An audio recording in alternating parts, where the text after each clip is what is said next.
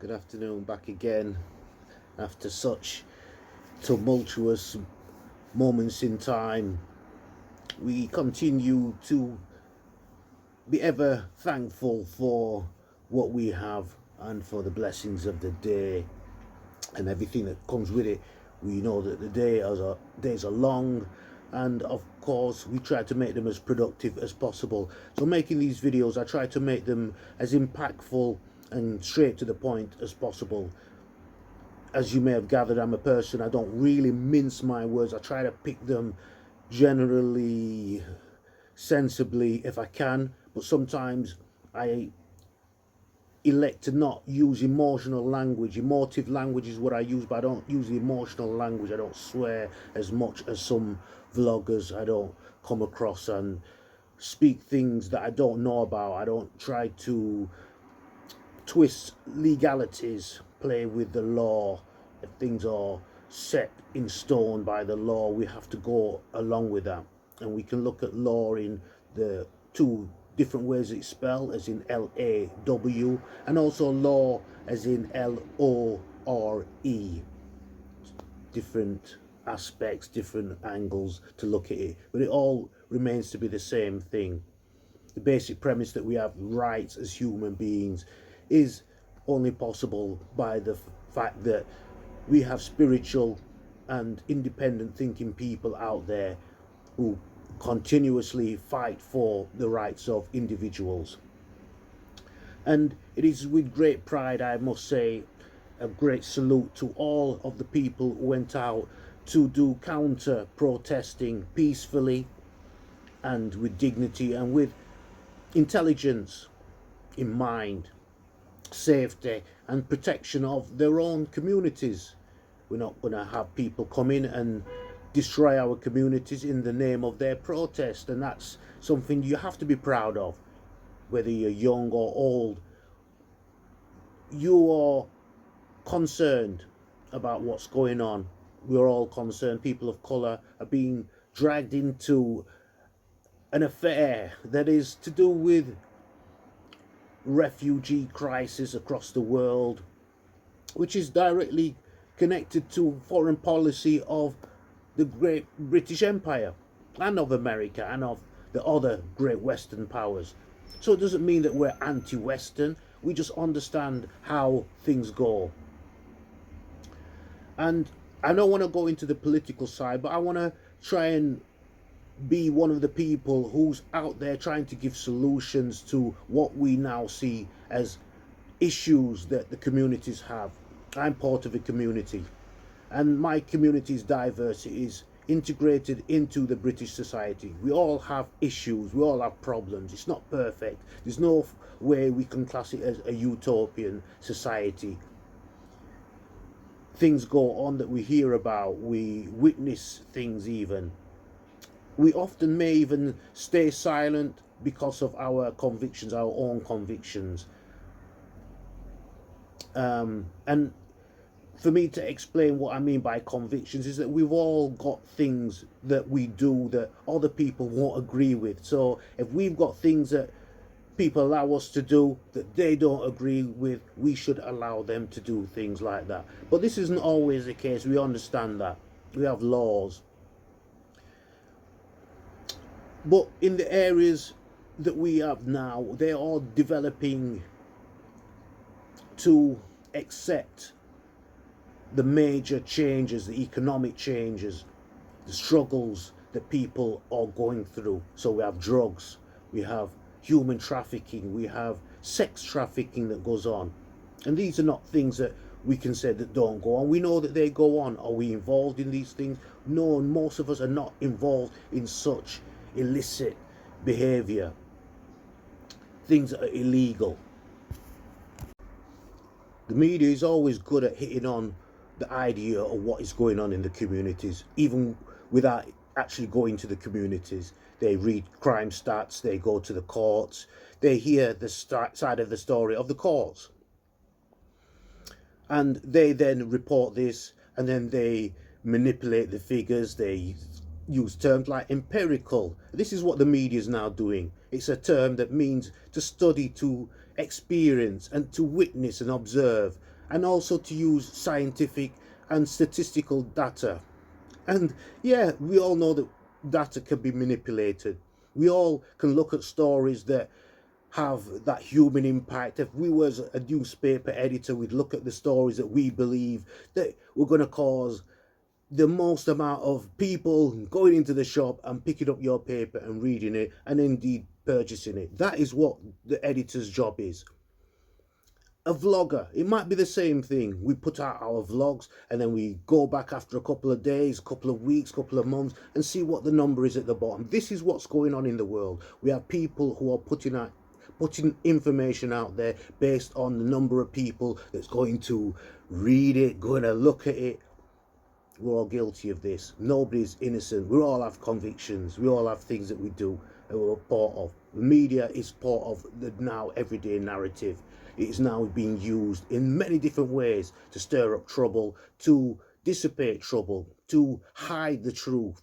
We have an everlasting quest for the truth in our own selves, in our own ideology. And it's one of the main topics that I decided that I was going to do the vlogs for. I spoke with some of my mentors, some of the people who I'm very close to, who would not want to do a vlog themselves, but definitely supported me in my ideas, and we had many discussions before I actually came out and did the vlog. And one of the first questions I said that I was going to pose and ponder to the people, that I don't think they was ready for it then, but I think that you're ready for it now. And the question is this: what is the truth? Leave you to think about that for a few seconds, because I'm not going to answer it. But when I'm going to define how the law looks at the truth. When you go into court, they tell you to swear by the Bible, an oath. You take an oath. If you don't believe in that Bible, you can easily still decide not to say that. Just hold your hand up and swear by an oath that you're going to tell the truth. You say you are going to tell the truth, the whole truth, and nothing but the truth. This is done in law. And when I studied how they put this all to these three terms together, how they put the truth in these three terms, is that the truth can be perceived. We have a person that came out a few years ago, was talking about Kanye West, and he said it's good that Kanye West is coming out and speaking his truth. This is a very powerful figure out there. It's Jay-Z who said this, and he picked his words possibly purposely, because he knew that maybe what Kanye West was saying was truthful. So when somebody says he's speaking his truth, there is a good chance there is some truth in there. But we've all heard the adage that said there's always three sides to the truth. There is your side, their side, and somewhere in the middle is the actual truth. That is how the truth is usually honored and sort of looked at. So when they say in the court system, the truth, the whole truth, and nothing but the truth, that means you cannot deny any facts when they ask you about the truth, what you saw, what happened, what was your reaction. You give a truthful statement to these, and they can then work out where the truth lies, because they're going to ask everybody similarly how they acted, what they saw. And then they're going to cross-examine from the defense and from the prosecution. They cross-examine that witness. And this can also be called a grilling, similar to interrogation. So there are truth techniques that people use. They know how to get the truth. Psychologists know this. They look at your body language. You know, if you look to the left, they say, oh, your twitches, your nervous twitches. And they have polygraphs. Anyway, that sort of gives you something to think about when I ask that question and when we look at it. And as I said, I'm proud of the marches that have gone on that has come to counter some of the far-right issues and some of the far-right protests, because they're all hell-bent on going around and causing destruction to especially Muslim people, and then instilling fear into the rest of the community by saying if they support these people, then they're as bad, they want their country back, they want this, they want that, they don't want this sex group, sex gangs that are going out. It happened in Manton. This is Rotherham. And it was particularly amusing to me to see the reporter who was amongst the protesters who claimed that they are not far right. And he said he heard racial slurs being hurled at the people who were in what is classed as a hotel. It's a hotel, and I've been past this place. I've even been to Manton Lake. It's a very beautiful area where I never saw no trouble. I never saw any harassment from refugees or immigrants. In fact, I didn't see any immigrants down there at all. It's a beautiful area, man-made, where there's a lake, there's areas for the kids to play, there's a building. It's absolutely wonderment for you to go down there and see that, you know, people are actually making beauty spots out of areas that were formerly mining areas that went through a lot of destruction and turmoil during the time of the miners' strike. And this reporter, he spoke about this. He spoke how this area had been changed.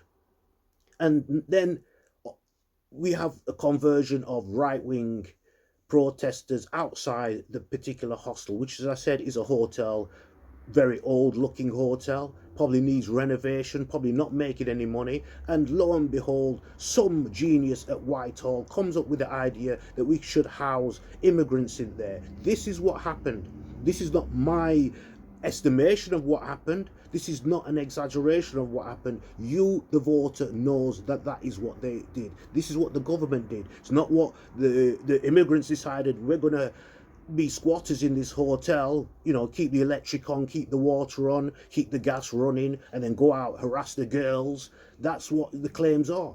And the thugs who were there didn't really have an idea of what their ideology was. They were drinking beer, destroying areas, trying to commit arson on the building where women and children were also being housed. And this is down to them saying that they want to save their area. They want to save their community. They want to save their country. They cause mass amounts of destruction that was left down to the community people who live in the area, who never took part in the protest, but had to sit back and watch the destruction going on in their area based on this hostel, this hotel that is being converted into a hostel. And I don't fully agree with how the government do things. I know that there are issues, but I wouldn't go and burn down nobody's dwelling to get them out, and knowing that that's murder in any case, if that had gone up. But I don't want to inflame the situation. And I said certain things on my vlog, which I stand by. Right-wing people are not welcome in the areas that I live in. They're not probably welcome even in our city. And I can prove this by when we looked at the pictures of Broome Hall, and I saw, I was proud of those people. There were a lot of young people, a lot of old people. And I remember the 80s when the Anti-Fascist League was set up, and I was very much part of that. So all the people who remember those times know that this is the time for us to start campaigning, sitting down with the right-wing people, having discussions. Some of them are not right-wing, some of them are moderate, some of them are Labour voters, so I've been told, who are despondent. So they deserve to be listened to. Of course, the Prime Minister and his cabinet should be listening to these people, and then we as a country should come together in some sort of way. Voluntary action of some sort needs to be done. It's not going to all be paid. It's not all about all being paid for this action. But we know that the rich people are sitting back and letting this happen. I see this in the media. I even put up a video that kind of illustrates this, and this might get banned, but the person who put it has done his research, and I've listened to this person, and this person's not no bias. Yeah, there is Islamophobia going on, and there are certain issues where they're talking about two-tier policing. What is that all about? Do I get it? Do I see it? Probably do witness some of it. I probably do have witnessed some of that, and some of it does have to be addressed by the Muslim community. We have to sit down and talk with each other. If things are going wrong in the Muslim community, then they need to come out and speak openly about that. Don't hide these things, because there are people who are seeing this and then taking it up, and then yes, you might all say that, oh well, we're gonna do this, no, you can't do that, mate, because we're all in this together. You can't just say that Muslims, we can just have a rule for ourselves. No, I don't believe in that neither. So yeah, I have to speak up on behalf of what's going on, because we are caught in the middle. And some Muslims might say, well, this guy's a dickhead, he needs to be out of the way. So you know what? Same to you as well. The extremist Islamists who are out there who are willing to burn our country or whatever. I don't agree with you either, mate. I don't believe in that because I'm born in this country and it's getting sticky. It's getting sticky for people. It's getting sticky for people. You gotta get it into your own heads. It's getting sticky, so we've got to choose. We've got to choose, and we're not willing to make that choice. We're just going to stand on our own and let you all burn each other out and whatever. That's what's going to more than likely happen. And then then you're going to turn to us and say, brother. No, it's going to be like, whoa, because some of them are our brothers. Some of the people who have got issues with what's going on in Islam are our brothers as well. That is the truth. This is the truth. Some of them, I side with what they say. I don't agree that how the right wing have taken over it. I don't agree with that. I don't agree how the right wing have been managed to infiltrate what is basically the truth. These fact checkers are suppressing the truth and allowing certain negative shit to come through and be spouted. When people talk, yeah, emotionally, yes, I can understand, they get scared. The liberal people, they don't want confrontation. They don't want that. They don't even want people to raise their voice. And I get that. People are going to be very very, very emotional. But people are already emotional. People are scared. That's an emotion. People are fearful. That's an emotion. People are angry. That's an emotion. Yes, it is for the government to find answers. Because, look, the police are in the middle. And during the 80s, I'll tell you now, the black community and the police were at loggerheads.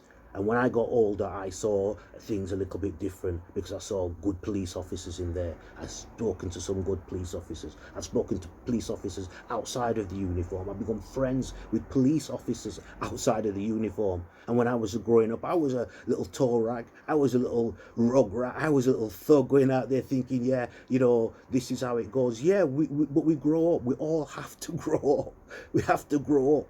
We have to start seeing people as human beings. And unfortunately, we have a stage now where people don't care about what other people's feelings are. It's just my feelings, mine, what I feel, you know what I mean? What I want. Yeah, great, man, great, brilliant. Go in the sea. Start drowning and then start about you're going to have a lifeguard coming after jump in and help you. So, I don't see how we can all ever be just individuals without help and say, well, we're independent. No, we all need help. We all need support. Might need a shoulder to cry on sometimes. We've all needed help. I've needed help from people of all different races and got it from people from all different races and all different sexes. It doesn't matter. All this that's going on, and I can't change the way the world is. I'm not about here trying to say, yeah, come by, y'all, let's all sit together around a campfire. I know there's some differences that are not going to be easily fixed. I know that. I just know that that's just the way things are. But saying that you want to claim something back, and I'm not just getting at the right wing people, I'm getting at the whole situation. The thing that happened that caused it, it was terrible. The 3 girls, so I never spoke about it because I'm a parent and I was going to be emotional. And I come on at that time. I didn't know anything about this kid. But I saw, the backlash of it, and I was praying it wasn't going to be a black guy. And, what could I say when I saw that? I don't agree with what he did, but that's 4 lives are going to be lost now. Definitely 4 lives, because the 3 babies that have gone, I agree, tears should be shed. We all should feel sad. We all should feel horrified by what's going on. We all should feel horrified. There's nobody in the world, a human being, who saw that and didn't feel bad. But it's happened to young black babies as well. So we have to look at the balance of how the media shows things and then how it allows the emotion of one set of community to be, let them go and play, but or they're just burning. It's just like a few bonfires. That's people's property. That's people's livelihood, regardless if you class them as immigrants. They've now paid taxpayers. You were once immigrants. Polish were here. The Irish were here. You know, who else? Everybody, Italians, the Jamaicans, the Pakistans. We all came over, or all our parents came over, should I say, to some form of hostility. The Irish will not forget it. The Irish don't forget it. The Polish don't forget it. The Jamaicans, we will not forget it. The Pakistans don't forget it. What went on? You know, so it's a changing world. But is it gonna just like be where then when one set gets into power, then they're gonna start dominating and putting their foot on people's backs and people's necks? No, we shouldn't allow that. If that's what people feel, we should then start to look at how this immigration is affecting people.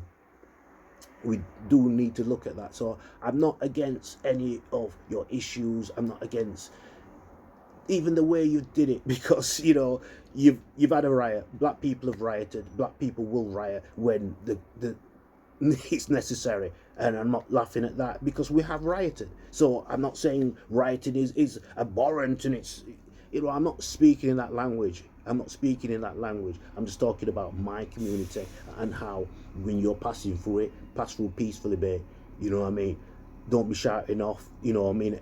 Respect the land that you're coming into, like we would we've respected the land that we're in now. And it's not about who runs it, who can bully boy, who can, because we know that the skinheads out there, we know that what these people are doing, and we know we're not going to have it. We're not going to take the shit from them. We're not going to. That crap's gone out with Hitler and Nazis. And if you want to try bringing that back, you want to look at the history of the Nazis. You look at the history of Hitler. You read about him. We've read about him. So we're not ignorant about what goes on.